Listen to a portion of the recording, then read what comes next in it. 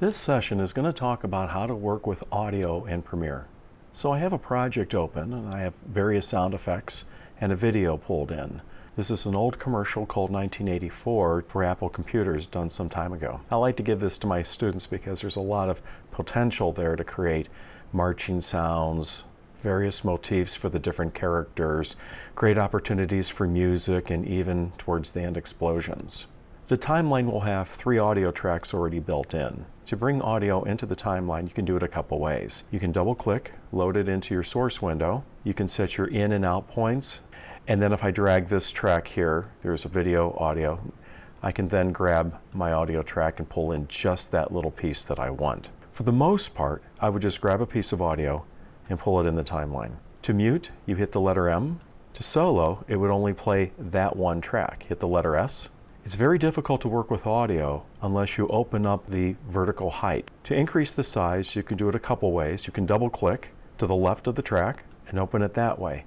If you try to double click on the track itself, it's going to load in your source window up here. So make sure that when you do this, you click to the left of the track. It's also important to be able to see these waves as well as this keyframe line. To be able to access those, you go to your wrench tool. I'm going to turn both of those off so you'll see what I mean. I'm going to go to the wrench tool and I'm going to show audio keyframes. I'm going to turn that off, and show audio waveform, I'm going to turn that off.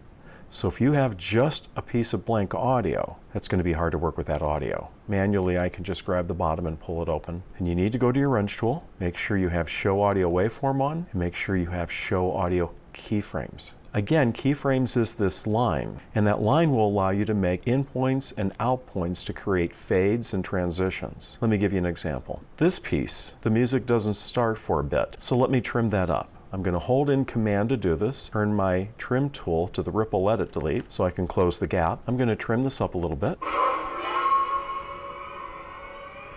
And to do a fade in, using the pen tool, I can click on the keyframe line, add a point there, add a point here, pull this point down, and I've created a manual fade in. I can click a point there, click a point down here, pull that down, and create a manual fade out. I almost never use the pen tool for audio. My preference, I'm going to hit the letter V, V as in Victor, and go back to my selection tool. My preference is to hold in Command, Command being the keyboard modifier. If I hold in Command and click, I can create my points that way, and I find that a far easier way to work. I use a combination of keyboard shortcuts as well as the mouse. If I have another track where a voiceover comes up, then I might have the music fade in, then it might fade under for a bit, then maybe over here, fade up dramatically, then maybe the voiceover comes back in and it fades once again down. I can grab these points, I can move them around, adjust them. Another thing I like to do with audio is everything that I do with video, as far as slow motion, fast forward, rewind, and so forth. I've got some punches in here. I find these punches a little thin. So if I wanted to thicken them up, I would try to slow them down. I'm going to right click on here or hold in Control and click. Go to your speed. Right now it's at 100% and it's 2 seconds. So try typing in 50% and that makes it 4 seconds. So I slowed it down. Do the opposite. Try 200%. It's 1 second. I've sped it up. So I'm going to go back and try 50%. Click OK. And my sound, little thicker, a little slower. Let me take another sound. Here's an ambient swish. Let's do a reverse and a slowdown.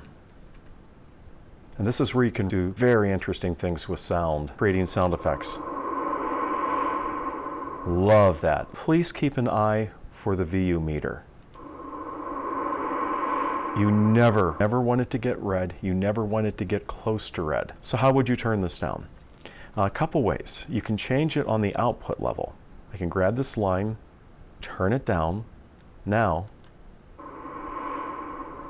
just under -12, it's absolutely perfect. That was exactly where I wanted it to be. Input level means I'm changing this actual wave sound. To change that, I would select it and hit the letter G, G for gain. I can adjust by, in this case, I'm going to go -6 dB. The wave itself has changed shape. It's lowered. The keyframe line hasn't changed at all. Still a little loud. Perfect for the web. It's about -6, but it was a little above -12. So I might hit it again, hit the letter G, hit -4, bring it down 4 more decibels, and watch my VU, see if I'm around -12. Yeah, that's the area that I want to be.